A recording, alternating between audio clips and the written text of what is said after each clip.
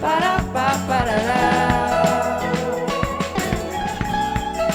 para pa parará, para pa parará, para pa parará.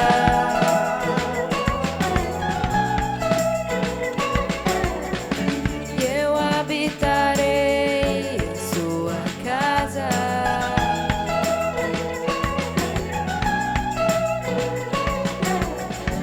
E a louvação é ao infinito.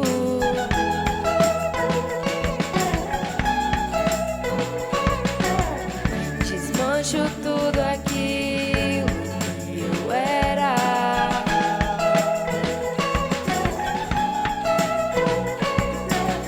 Pra ser mais parecido contigo.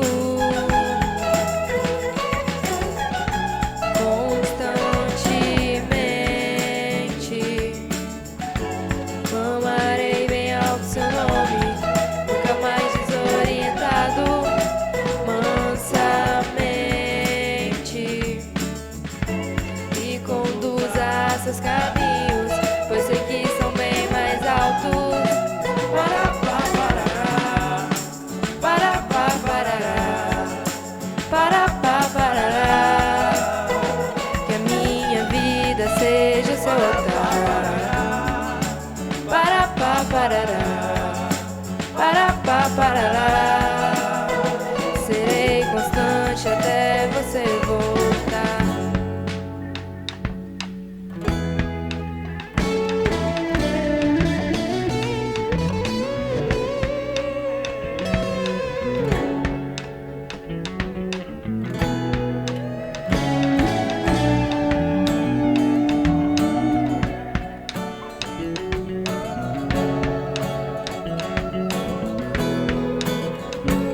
Constância,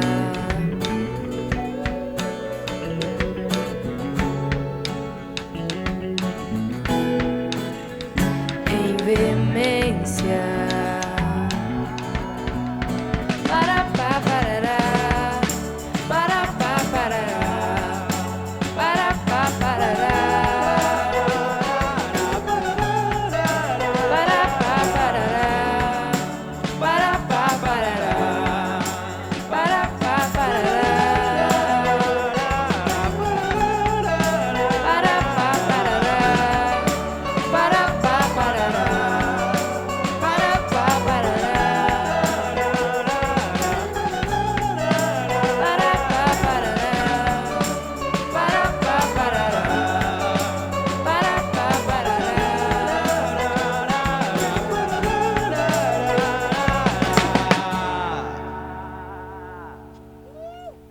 Salve!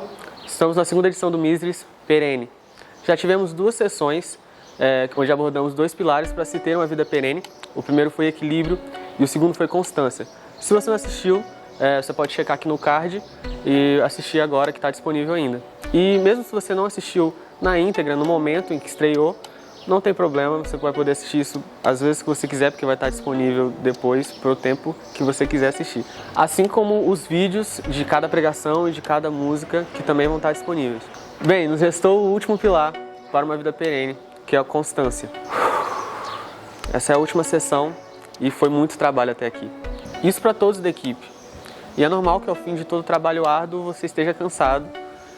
Então, para a próxima tarefa ou compromisso, você vai estar desanimado. 1 Coríntios, capítulo 15, versículo 58, vai dizer: portanto, queridos irmãos, continuem fortes e firmes, continuem ocupados no trabalho do Senhor, pois vocês sabem que todo o seu esforço nesse trabalho sempre traz proveito. Quando decidimos servir a Deus e aos nossos irmãos, isso a gente entendendo também que todos somos irmãos, nós entendemos que todo trabalho árduo é recompensado. Isso é, desde que esse trabalho não seja realizado já visando a recompensa. Afinal, tudo depende da real intenção do seu coração ao executar a tarefa. Mas ainda assim, nós cansamos. Nós somos humanos e o corpo cansa. Mas nessa passagem de 1 Coríntios 15, Paulo vai falar sobre a ressurreição. Ele vai falar sobre a ressurreição de Cristo, mas ele também vai falar da nossa ressurreição. E quando nós entendemos que há uma eternidade à frente, a vida torna-se um detalhe. As tarefas, as obrigações são um detalhe e o cansaço e o desânimo também são só um detalhe. Estar em Cristo, reconhecer a Cristo e amar a Cristo sobre todas as coisas é uma escolha que você toma não visando só um instante, mas visando a eternidade.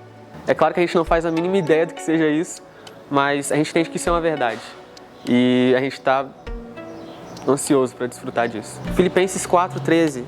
Sei o que é estar necessitado e sei também o que é ter mais do que é preciso.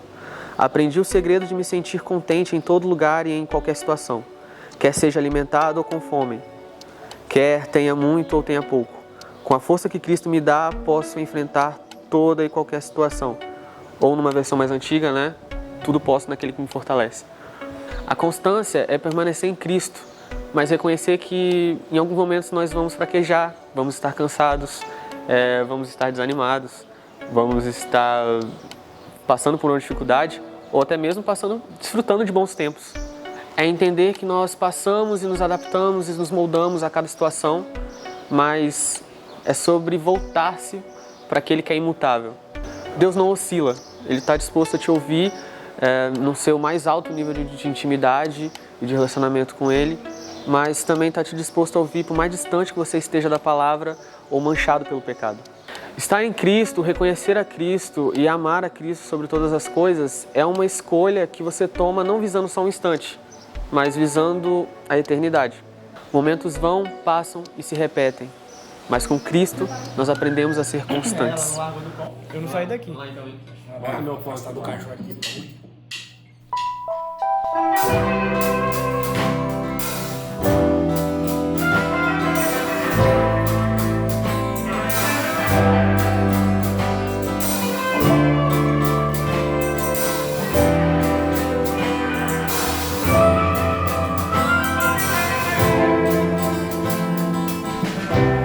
Vou fazer uma oração, como um grito, um salmo, pra cantar sobre esperança, sobre fé, sobre você. Eu me virto dela, a oração das crianças, pra esperar domingo e cantar de novo. Vou fazer mais uma prece, orações de domingo. Eu converso com o Eterno, como quem espera. E se acaso eu esquecer, dobre o choro amanhã. As pedras podem cantar e clamar por mim. Oração sobre o tempo, vou cantar pra Ele. Minha oração de novo.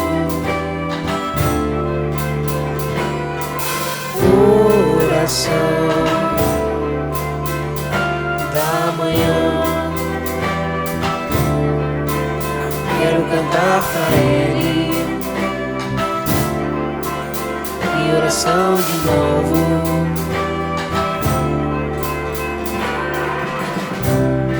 Pra festa do Eterno, trago palmas e ramos, trago ritmo e aleluia. Sei que eu sei falar, sei que hoje não tem festa, mas que Ele espera mais de mim. Minha oração não tem mais datas, só memórias da cruz.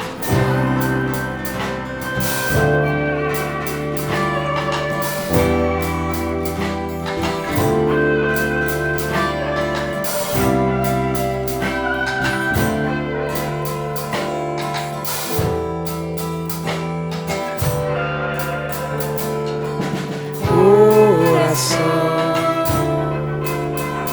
sobre o tempo,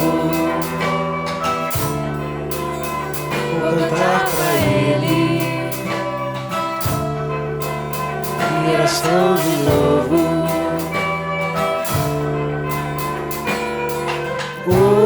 Oração da manhã, quero cantar pra Ele. Minha oração de novo.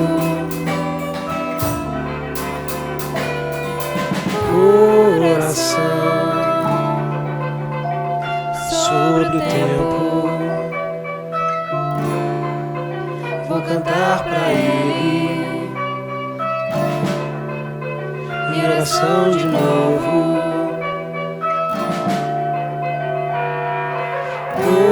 Oração da manhã. Quero cantar pra Ele. Minha oração de novo.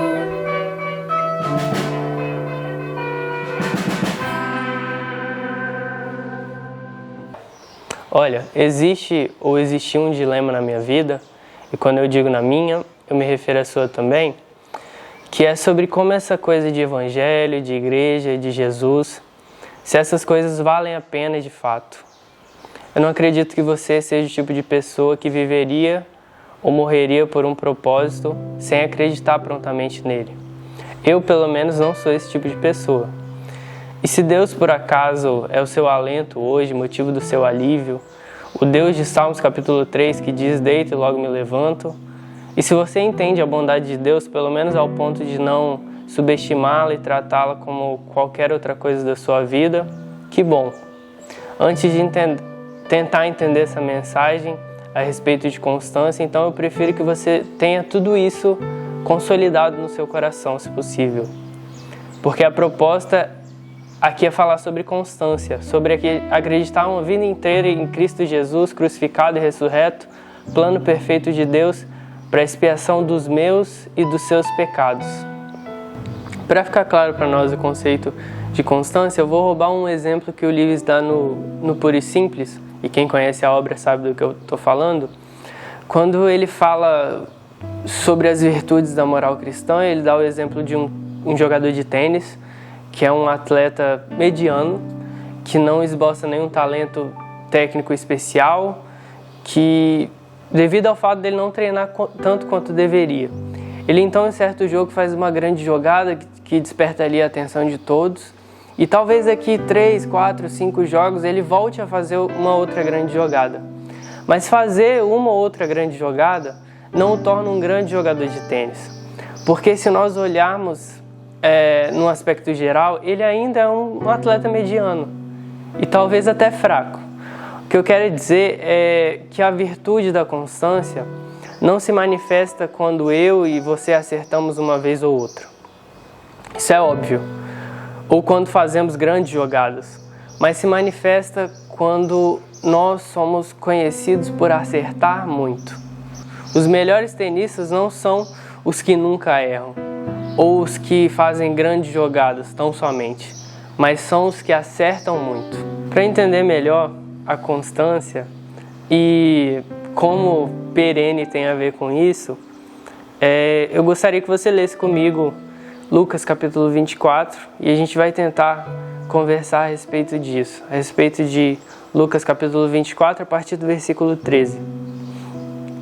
E no versículo 13, começando, diz o seguinte: naquele mesmo dia, 2 deles estavam indo para um povoado chamado Emaús, a 11 quilômetros de Jerusalém. Esse versículo 13 é um momento importante. Lucas deixa entender para nós que a história que ele começa a narrar desse momento, a do caminho de Emaús, que é muito conhecida por você, ou você já deve ter ouvido falar, acontece no mesmo domingo da ressurreição.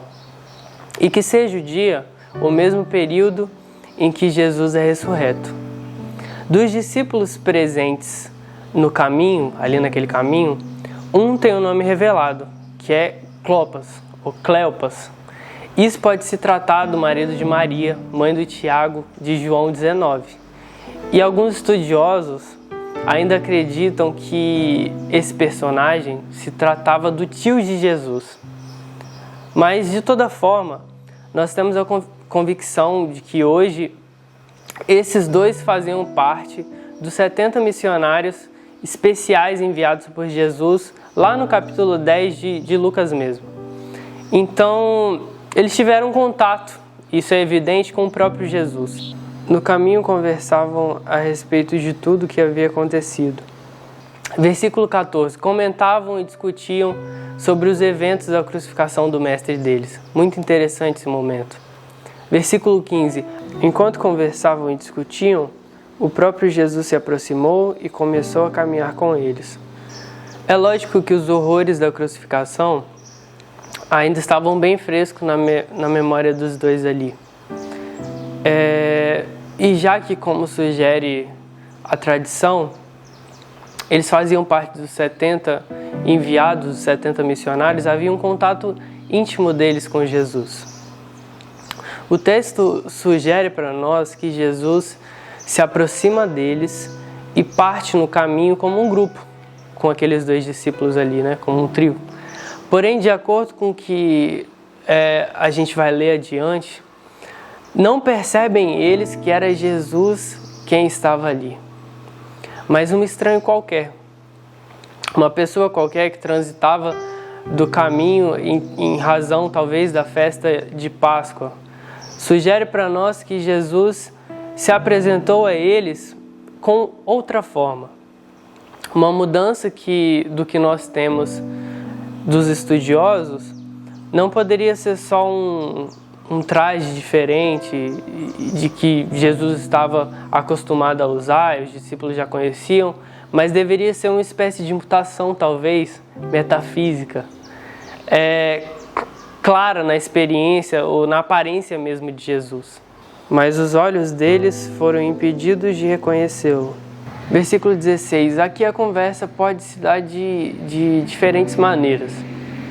Nós podemos entender esse detalhe do episódio de algumas formas, que eu vou tentar explicar. A primeira forma é que um efeito sobrenatural caiu sobre os discípulos, de forma que os seus olhos não reconheceram um amigo tão íntimo, e os seus olhos estavam fechados sobrenaturalmente até para ver o que era real depois da morte do seu mestre, daquele evento tão terrível.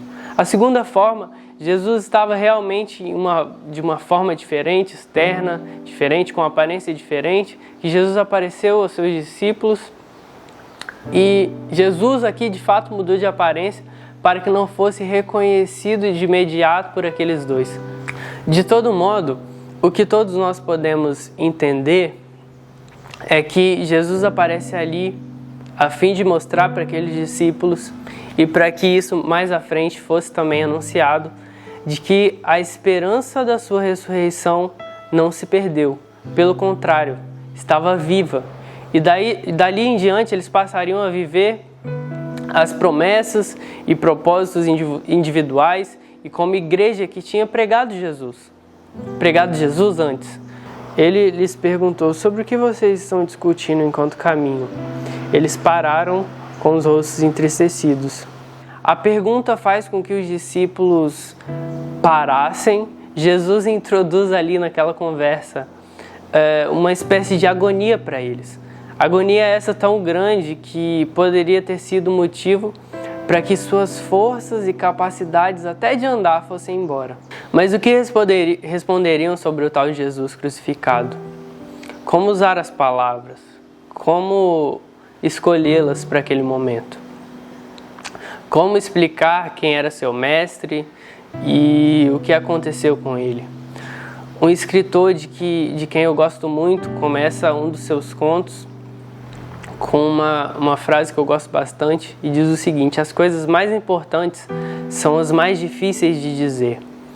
São coisas das quais você se envergonha, pois as palavras reduzem as coisas que pareciam ilimitáveis quando estavam dentro de você à mera dimensão normal quando reveladas.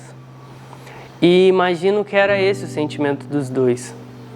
Então eles continuaram usando palavras naquele momento, naquele estado, palavras de melancolia, que indica o texto, e é o grego, né, do texto de Lucas, tendo em vista que tais acontecimentos são narrados possivelmente por um daqueles dois discípulos diretamente. Tudo indica que fosse Cleopas para Lucas, e como é identificado no texto, né, talvez esperassem que aquela conversa pudesse eliminar todas as questões que os afligia, como nós fazemos no momento de luto, de tristeza.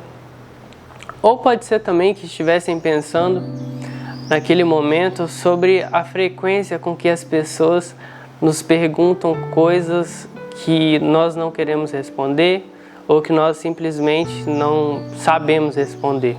Um deles, chamado Cleopas, perguntou-lhe: você é o único visitante em Jerusalém que não sabe das coisas que ali aconteceram nestes dias?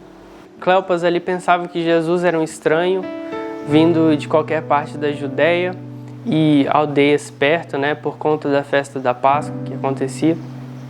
Muito provavelmente era comum o trânsito de pessoas no período que antecedia e sucedia a festa de Páscoa, em todos os caminhos possíveis adjacentes ali. Porém, a fala do discípulo é de espanto, já que até um forasteiro deveria saber da morte de Jesus de Nazaré, que era para aquele mundo, para aquelas pessoas ali, até para a consciência do mais descrente, no mínimo, um profeta. Alguns outros estudiosos, e não são a maioria, indicam que o que a frase significa é que talvez Jesus, como estranho aos olhos dos discípulos, estivesse morando sozinho. Uma tradução possível para o contexto seria mais ou menos: tem estado a habitar sozinho, sem outra companhia? Sendo essa ou não o entendimento ideal para o texto, nós entendemos que pareceu não haver uma vida mais solitária que a de Jesus. Ele, Senhor do Universo, nos ensinou sobre o escapismo perfeito. Não esse que nós tentamos escrever sobre ou idealizamos sobre como seria ou lemos nos livros de filosofia, mas um que só Ele poderia praticar. Mesmo assim, Jesus deixou o exemplo para que nós tentássemos pelo menos. Lucas 5, capítulo 5, versículo 15, diz o seguinte: todavia as notícias a respeito dele se espalhavam ainda mais, de forma que multidões vinham para ouvi-lo e para serem curados. Versículo 16 diz: mas Jesus retirava-se para lugares solitários e orava. Um dos segredos que Jesus nos ensina para viver uma vida de constância é a oração.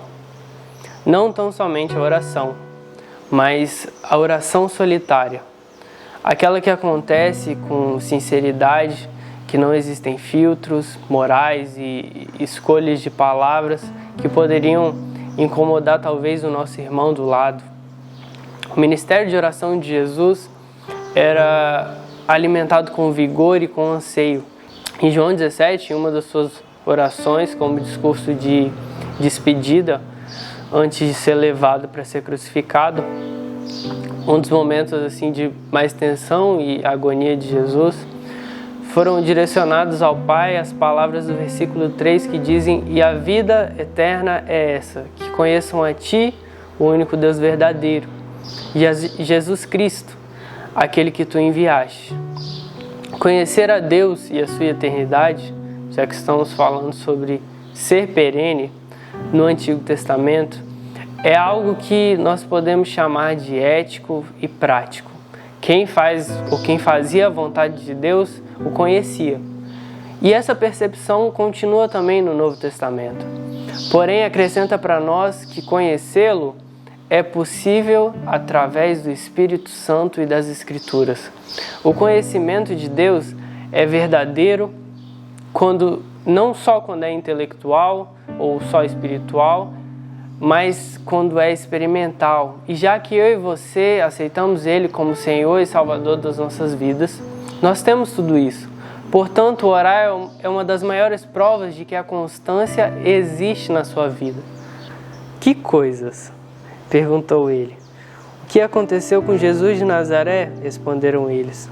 Ele era um profeta, poderoso em palavras e em obras diante de Deus e de todo o povo.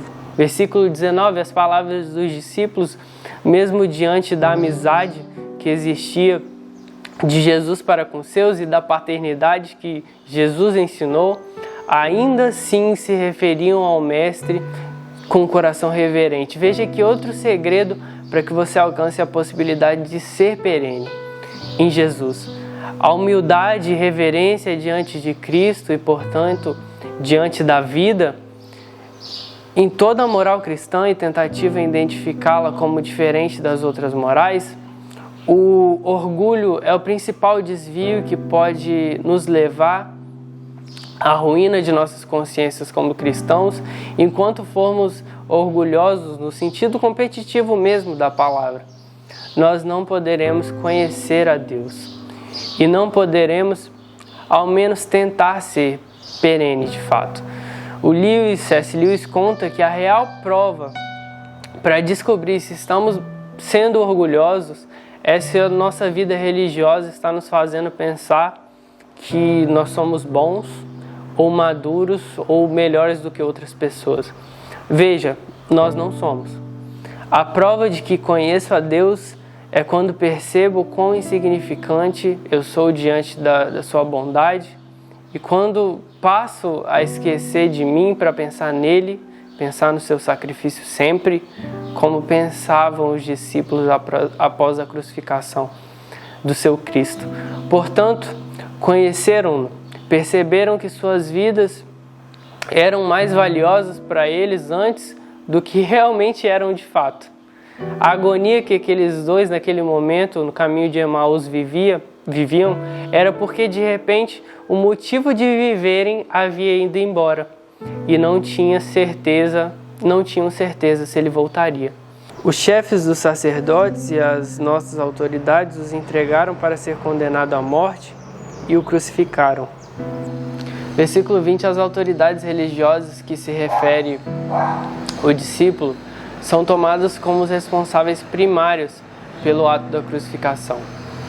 Embora, naquele contexto, só Roma pudesse autorizar a punição de morte, né? E esse momento lembra um pouco Pilatos, o momento do Etiomo, eis o homem, quando Pilatos apresenta Jesus à multidão que queria sua morte. E nós esperávamos que ele ia trazer a redenção para Israel. E hoje é o terceiro dia desde que tudo isso aconteceu. Versículo 20, um detalhe importante para quem entende que uma vida perene como a de Jesus também deve ser o seu modo de vida, é o absoluto empenho em não nos frustrar com nossas próprias expectativas sobre o que Ele fará, como fará e por que fará. Tome nota a vida de Jó, tome nota a vida de cada um dos 12 que faziam suas refeições com Jesus e conversavam com Jesus e com Ele aprendiam sobre as mesmas lições ali, sobre ter o mesmo caráter, entre outras coisas, e ainda assim, cada um projetava em Jesus uma espécie de esperança diferente. Por mais que Jesus já tivesse deixado claro que a esperança que Ele traria a todos seria por meio do sacrifício. Por mais que esses homens esperassem de Cristo um líder político, messiânico, derrubador de muralhas de pedra e restaurador do trono de Davi, livrando-os dos opressores romanos e de quem mais ousasse enfrentar ali o povo de Deus, essa não era a missão de Jesus. Pare de querer que Deus faça a sua vontade. Uma vida perene requer sacrifícios. E se esses sacrifícios não valem a pena para você, certamente você não decidiu viver o evangelho que diz viver. E para isso eu queria ler, para entender um pouco disso, eu queria ler um trecho do livro 2 do Agostinho, que diz o seguinte: minha alma é morada muito estreita para te receber, será alargada por ti, Senhor. Está em ruínas, restaura. Tem coisas que ofendem aos teus olhos, eu sei e confesso. E ele, mais um pouco à frente, diz o seguinte: não discuto contigo que és a verdade, e não quero enganar a mim mesmo, para que a minha iniquidade não minta a si mesma. Não discuto contigo, porque se te lembrares de nossos pecados, Senhor, quem suportará o seu olhar? Então nós não temos essa condição. Algumas das mulheres foram de manhã bem cedo ao sepulcro e não acharam o corpo dele. Voltaram e nos contaram ter tido uma visão de anjos que disseram que ele estava vivo. Nos versículos 22 e 23, a notícia do corpo de Jesus, que não havia sido encontrado, fazia com que alternasse ali os sentimentos com desespero e esperança ao mesmo tempo para os discípulos. Mas é claro, e o texto deixa isso evidente, assim como o prosseguimento dos próximos capítulos, né? E a análise comparativa dos demais textos tidos com o nome de Evangelho, Mateus, Marcos, Lucas e João, que o sentimento que prevalecia entre eles era o de desespero e tristeza. Os discípulos haviam entendido ali o sentimento vivo da ressurreição de Jesus com a mesma tranquilidade que eu e você temos quando levantamos de manhã e tomamos café para ir para o nosso trabalho. E seus corações tinham certeza da ressurreição, assim como eu e você temos certeza da sua volta para nos buscar. Mas nós não fazemos nada a respeito. Existe lá no fundo uma voz gritando dentro de nós, um incômodo plástico, diário, que nos diz que o fim está próximo e que medidas devem ser tomadas. Mas nós não temos reação. Alguns dos nossos companheiros foram ao sepulcro e encontraram tudo exatamente como as mulheres tinham dito, mas não o viram. Ele lhes diz: como vocês custam a entender e como demoram a crer em tudo que os profetas falaram. Não devia o Cristo sofrer essas coisas para entrar na sua glória? Versículos 24, 25 e 26, aqui Jesus de alguma forma começa a repreendê-los, de maneira que explicou-lhes que tudo o que estava acontecendo parecia estar em conformidade com aquilo que o Cristo deles já havia os prometido, né? Que estavam de acordo com o que os profetas já haviam profetizado no Antigo Testamento. Veja que toda a promessa messiânica era comum e clara para aqueles discípulos, em matéria só. Eles entendiam as profecias e entendiam as promessas, mas no estado de tristeza que se encontravam, havia um obstáculo para a fé daqueles homens. Mesmo que já tivessem presenciado as maravilhas que Jesus havia feito, os milagres, você, como entendedor da promessa e crente no Espírito Santo de Deus, como atuante na sua vida, em todos os aspectos, pode estar passando por essa espécie de anestesia. Algo que não permite que a sua fé permaneça constante de fato. Mas a palavra é para que você persevere nessa esperança, porque ela é a única que te resta. É a única que me resta também. E começando por Moisés e todos os profetas, explicou-lhes o que constava a respeito dele em todas as Escrituras. Versículo 27, Jesus naquele momento então começa a expor as Escrituras para os discípulos, ensinando-lhes a ter o que já haviam, a ler o que haviam lido e entender o que poderiam entender, que não poderiam entender sem a ajuda do Mestre e dos segredos da sua mente divina. Daqui vem a palavra hermenêutica que nós tanto conhecemos e ouvimos. Alguns eruditos pensam que Jesus, ao invés de explicar algumas passagens isoladas do Antigo Testamento, ele estava explicando ou dando um panorama geral do Antigo Testamento para o que os discípulos ali precisavam ouvir, que era sobre essa esperança. De todo modo, Jesus toma outra forma, questiona-os a respeito do que eles já sabiam e resolve dar veracidade à palavra do Antigo Testamento. Essa pode ser uma mensagem para aqueles também que acreditam que o Antigo Testamento é só um livro de entendimento cultural, que não há sequer resquícios de uso prático para nós nos dias de hoje, como eram nos tempos de Jesus, o que me parece um erro. Ao se aproximarem do povoado para o qual estavam indo, Jesus fez como quem ia mais adiante. Versículo 28, aqueles dois discípulos haviam acabado de conhecer um homem estranho, mas tão sábio em palavras que os revelava com tanta maestria os segredos das Escrituras. Talvez permanecer constante, e esse talvez carrega com certeza muito gigante para mim, talvez não para você, mas permanecer constante tem a ver também com quem você decide acompanhar na sua vida cristã. Quem são aquelas pessoas que você quer manter por perto?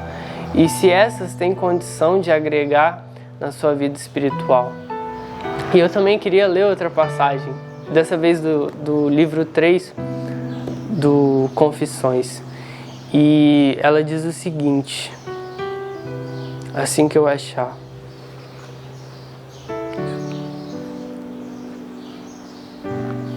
Diz: ó amizade tão inimiga, ó sedução misteriosa da mente, vontade de fazer o mal por brincadeira ou por diversão, gracejo, prazer de lesar os outros, sem vantagem pessoal ou sede de vingança.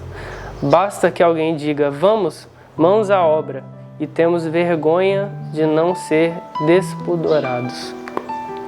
Então, talvez alguma amizade deve te levar a ter algum comportamento parecido. Não parece ser também o que Jesus quer. Mas eles insistiram muito com ele. Fique conosco, pois a noite já vem. O dia já está quase findando. Então ele entrou para ficar com eles. No versículo 29, como aquele amigo que você não quer que vá embora da sua casa no sábado à noite e manda um: tá cedo, dorme aí. A desculpa dos discípulos foi mais ou menos essa.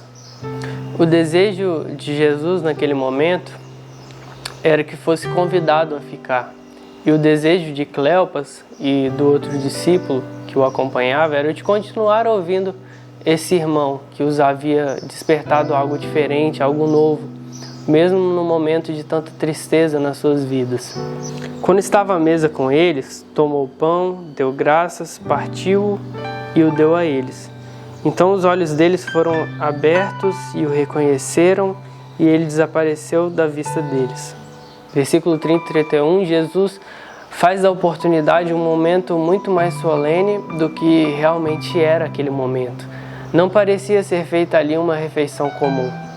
Aos poucos entendiam os discípulos que eles estavam diante de alguém familiar.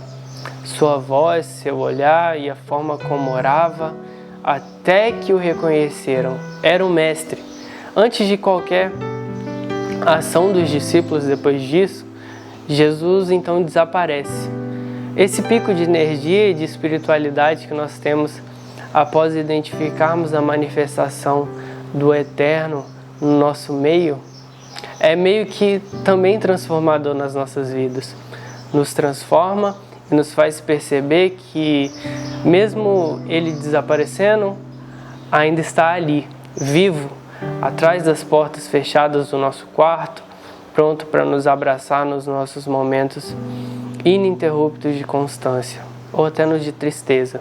Perguntaram-se um ao outro: não estava queimando o nosso coração enquanto ele nos falava no caminho e nos expunha as Escrituras? Versículo 32, é bem possível que aqueles dois discípulos tivessem experimentado ali o significado da chave do sofrimento de Jesus antes de todos, antes até mesmo da igreja primitiva de fato. E por isso o evento é narrado com tanta cautela, além do próprio escrita de Lucas, que é característica, né? Interessante que imediatamente ao lembrarem não do partir do pão como a principal prova de sua memória do caminho todo que tiveram com Jesus, mas do ensino da palavra, a explicação da palavra. Quem quer ser constante de todas as maneiras tem que se ater às palavras da Bíblia.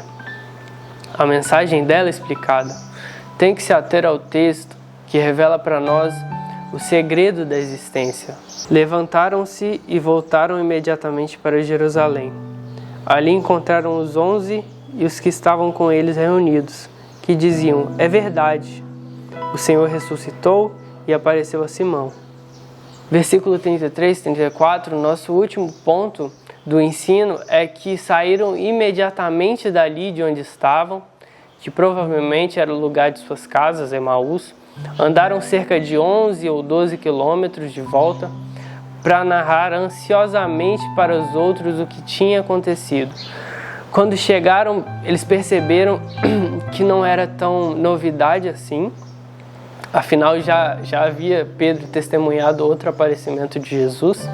Mas o que eles tinham era uma história especial, um testemunho diferente e vivo e cheio de esperança e boas novas a respeito de Cristo Jesus para compartilhar. E quem mais esperava mais revelações como essas do que os que estavam com Jesus o tempo todo, dos que os que eram os 12. Eles, quando contam sobre a experiência que haviam vivido, não se deixam levar por qualquer tradição, argumentos bem pensados, embora esses também tenham algum lugar, tenham seu lugar, mas o testemunho deles era vivo, estava fresco em suas mentes. Dedicaram suas vidas a uma vida missionária, têm um grande choque com a morte do seu mestre, mas são restaurados com a boa nova de que ele está vivo. A primeira atitude de Cleopas e de seu irmão de ministério é viajar quilômetros e quilômetros para contar aos outros sobre o que tinha acontecido. Como faz também o gadareno, como faz quem Jesus até pediu para não fazer, mas eles fizeram. Porque o milagre é vivo todos os dias na minha e é vivo na sua vida também, é constante. Basta que você e eu, todos os dias, ao acordarmos, lembremos de sentar à mesa com Jesus para participar desse partir do pão. Para que a minha e a sua memória enxerguem a cruz de Cristo e mais ainda a vitória que a sucedeu.